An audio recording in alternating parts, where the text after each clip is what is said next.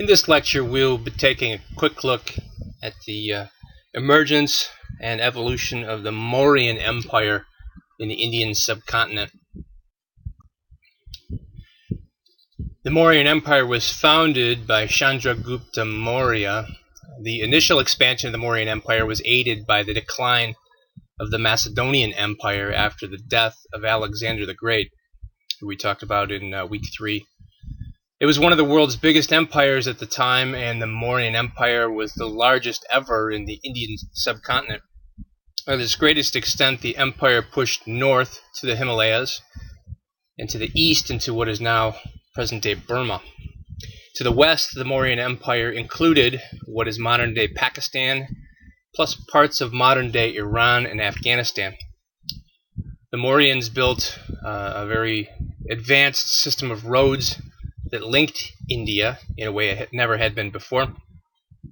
The Mauryan Empire is also noted for the development of a central government on a very advanced scale for its time, a very sophisticated internal communication system, some significant tax system innovations, and advanced educational systems for the time period. The most famous of the Mauryan emperors was a man named Ashoka the Great, who ruled from 273 to 232 BCE. He was the grandson of Chandragupta Maurya. As a teenager, he supposedly killed a lion with nothing but a wooden stick. This is one of the many legends attributed to Ashoka the Great. In his early years, he rose to prominence in the Mauryan military. And at one point he had a rival to the throne, and supposedly he tricked his rival into entering a fire pit, one of those I'll meet you down there and we'll settle this once and for all. But when his rival went down to this fire pit, Ashoka the Great locked the door and cooked his rival. Very harsh method of dealing with a rival. In his early rule, he was something of a brutal ruler, killing many perceived enemies. H.G. Wells, the British author, referred to him as the greatest ruler in the history of the world. And I haven't been talking him up very much early on, but again, his early life is a bit more troubled than later in life. He was also deeply affected by the immense bloodshed during what was known as the Kalinga War. The Kalinga War was a war fought between the Mauryan Empire and a state known as Kalinga. The Kalinga War began in we believe, the 8th year of Ashoka's rule. Historians put the date of the start of the war at about 261 BCE. Ashoka began the war to fully subjugate the Kalinga state, which had been previously a client state or a tribute-paying state to the Mauryans. So the war was as much an effort at imperial face-saving as it was for economic reasons.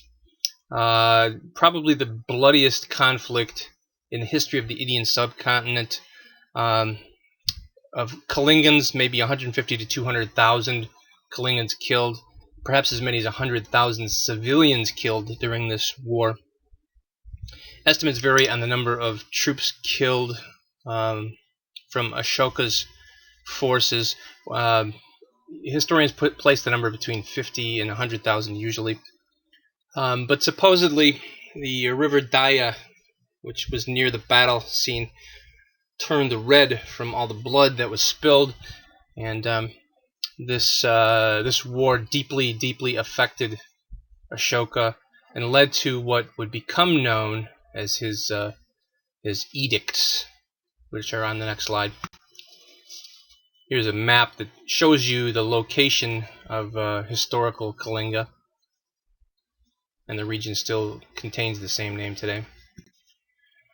The Edicts of Ashoka, they definitely show an element of influence from Buddhist traditions.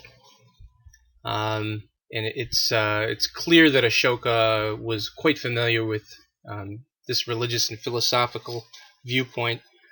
He was concerned with things like right behavior, so truth, kindness, and generosity were very much a part of his concerns here. Benevolence to others was important, respect for neighbors, both personal neighbors in terms of individuals and state neighbors in terms of um, interaction between nations. For his time period, very advanced ideas on fairness to prisoners, respect for the life of animals, religious tolerance was important. And Ashoka believed that rulers should spend on public works, things like public wells, food for the poor, and public medicine. So again, very much influenced by both the philosophical and religious traditions of the region, as well as his own experiences in witnessing the horrors of war. We can find historical evidence of the Edicts of Ashoka widely throughout the present-day Middle East, Central Asia, and South Asia, and it is clear that Greek and Roman writers were at least familiar with the name Ashoka and some of the ideas that he promulgated. So very wide influence, even though not all of these regions were directly ruled by the Mauryans and by Ashoka. All good things, as they say, do come to an end, and the Mauryan Empire was no exception. There's a number of reasons posited by historians for the decline of the Mauryan Empire. Certainly the kings who came after Ashoka the Great were much weaker and of lower leadership qualities than Ashoka had. There was a palace coup d'etat in 185 BCE. Brihadratha Maurya was killed by a military leader, his commander-in-chief, which technically ended the Mauryan rule of the empire, the Mauryans being the dynasty. This coup also led to weak defenses, and the Bactrian Greeks attacked in 180 BCE. The civil war that broke out and the regional conflicts led the successors to the Mauryans to neglect what is known as the Khyber Pass between modern-day Pakistan and Afghanistan. I'll show you that on the next slide. It's located in the Hindu Kush mountain range. It's a mountain pass linking Pakistan, modern-day Pakistan, and Afghanistan. It's one of the few routes between Central Asia and the Indian subcontinent, and has been contested and highly prized for thousands of years. And it both has an important trade route and a military defense point. It's only about 33 miles long, although if you have to go through the Khyber Pass, it's sort of a winding, hilly road. It's about 3,500 feet up in the air. Interestingly, also, it was likely used many times by members of Al-Qaeda, including Osama bin Laden, to travel back and forth between Afghanistan and Pakistan.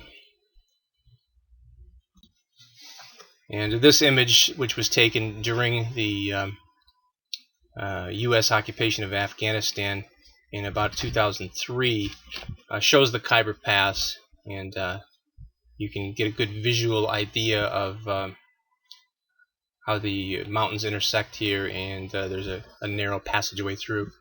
This brings to a conclusion our brief overview of the Mauryan Empire.